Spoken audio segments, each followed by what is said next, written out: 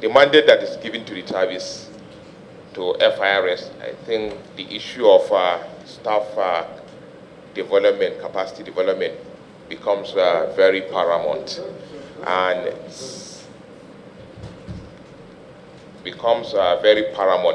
and to ensure that that huge mandate, that task that is given to us is effectively delivered.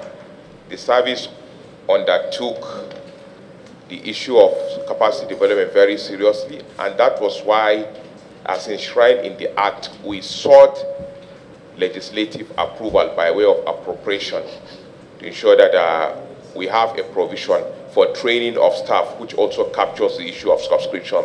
So that whatever the Parliament legislates, I think supersedes any circular that is in place. That's why in this particular instance for that year, sir, we presented a budget which was duly approved by the National Assembly for staff development and payment of subscriptions. Where is the copy of the appropriation?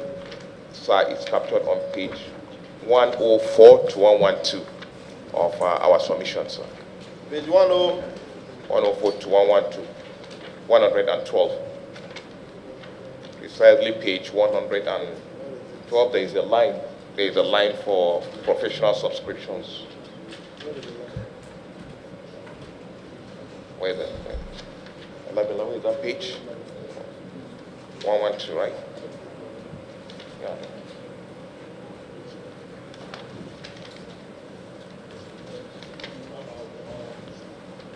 Can you please come and indicate where this is in particular here?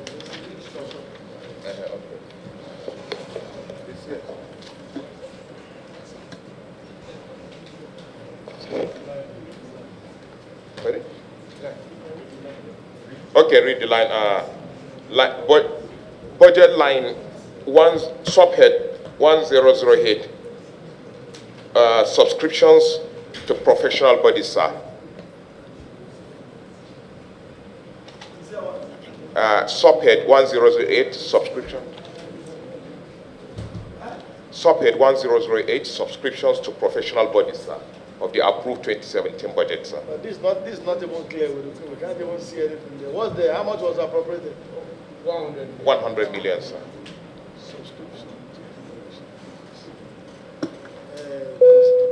Martin Sesson is my name. Orionumbu Okobo Odunkore from Orugo Federal Constituency, Akwa Ibom State.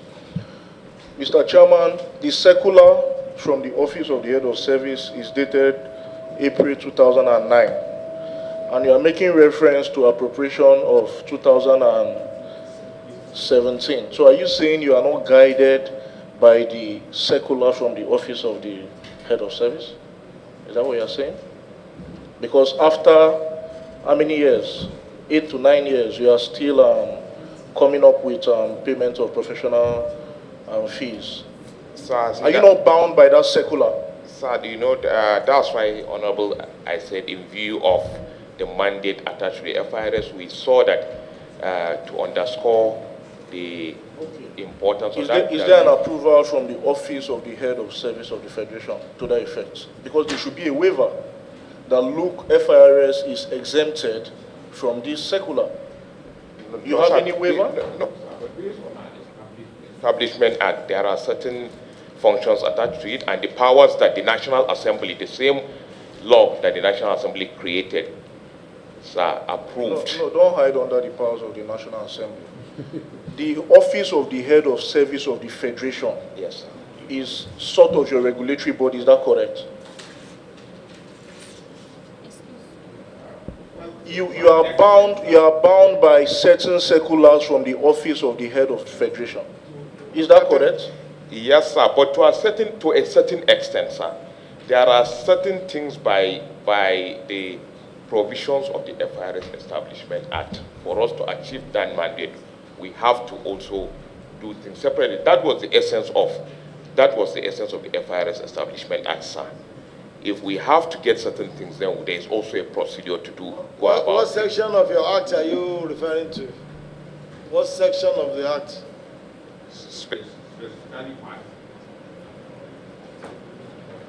And you read out that section to us, and we see how.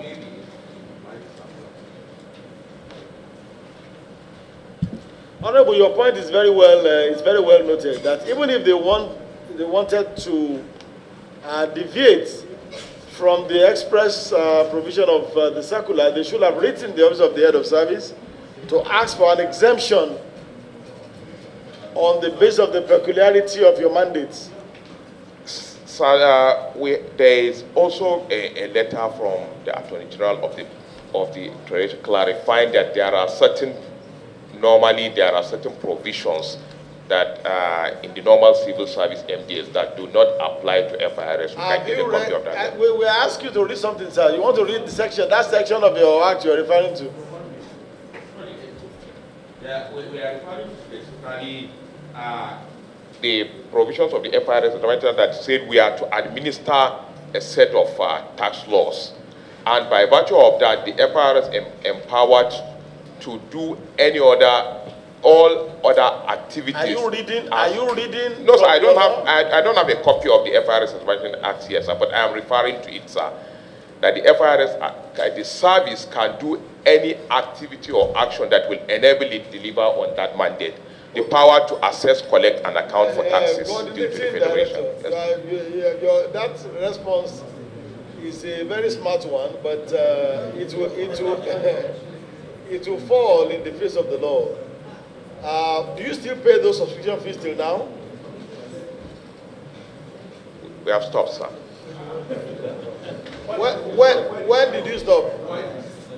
When did you stop? Maybe I'll get my records and get back to you. Are you sure you have stopped? We have, sir. You don't pay any longer? No, sir. And your act has still not changed? It's still the same act that you have that donates? Amendments, over time, various sections of the act have been amended. National Assembly, of course, by way of annual finance acts, for instance. You have you just can't be throwing these things at our faces, yet you don't have anything to show us. Please, we know what we are doing here. If you don't have them, don't quote them, because you are getting some of us provoked. Sir, how can you be telling us our responsibilities, but yet you can't prove it? If you don't have them, until you bring them, do not mention them, please. That point is sustained. If you don't have the law, please don't make. You have to be copious in reference to an act of the National Assembly. That's the only way we can have them on record. You understand?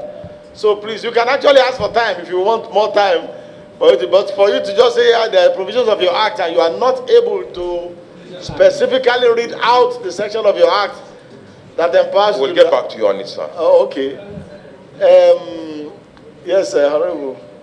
Honorable Chairman, with your leave, I'd like to move that FIRS should furnish this honorable committee with subscription fees paid post the circular from the office of the head of service. That is from 2009 to date. All subscription fees that you have paid year-wise from 2009 to date. I so move, Honorable Chairman. Any seconder to the motion, please? Yes, please. I second the motion, ably moved by my colleague. I so second. Those in favor say aye. Aye. Those against say nay. The Federal Inland Revenue Service provide us with a record of all subscription fees paid after this circular in reference to which organization, how much was paid, and evidence of such payment, for further consideration. Now, the reference to the Appropriation Act is a very, very strong reference that you made, and I'm almost swayed by that because the Appropriation Act and Act of the National Assembly overrides. But again, you should know that money should not just be spent only because it has been budgeted for. That's one of the mantra in financial management. You don't just say because the money has been appropriated, then it has to be spent. It could also be appropriated by including in error. Is that correct? Is, for example, if there's a money that is appropriated for the construction of a bridge somewhere, and by the time you get there, you discover that there's an existing bridge recently constructed by another arm of government. You don't go ahead and still construct another bridge there, say only because the National Assembly has appropriated for the construction of that bridge. You understand the point? So as strong as that argument is, it does not permit you to run against extant circulars and rules, and that was why you stopped payment of such professional fees, even though you still have the same strong urge to develop your professional capacity. If you want to, you could have just written to the head of service to seek for an exemption, which I'm sure by the peculiar nature of your operation. Personally, I'm tilted towards that line of argument that you made because of the dynamic nature, the peculiar nature of what you do. You may need to continually make sure that your staff are members of these professional bodies. They can attend conferences and seminars, but then the law is the law regardless of what we think. Yes, sir. Thank you very much. Noted, sir. We'll get back to you on it, sir. All right. So provide us with those records as we have asked for, and whatever Kim, I want to say. Yeah, Chairman, yes. I just wanted to also say that because he keeps saying the law of the parliament, the law of the parliament, it is also the law of parliament that empower the office of the head of service to regulate you. It is also the law of the parliament.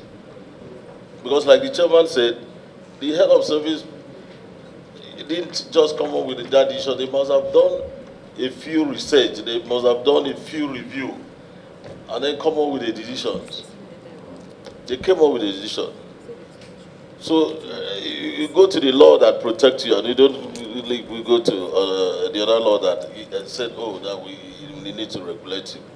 So I just want to bring that the head of service was also empowered by Parliament to regulate you. Thank you. Thank you very much, Honorable colleague. I do hope that they have taken note of that.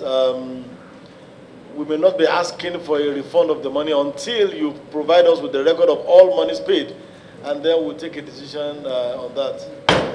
Thank you, sir. Mr. Shetima, we are moved away from that matter. We are moving to another matter now. We have quite a whole lot of people waiting for us. Thank you. Remitter. We move on to Remitter. We ask that you submit all revenue generated through Remitter. Please, you can display what they submitted from 2015 to 2022. And the information we have here is that your submissions fall short of the required template or year or volume. Guide us for the requirement. Sit down, just go there, sit down there,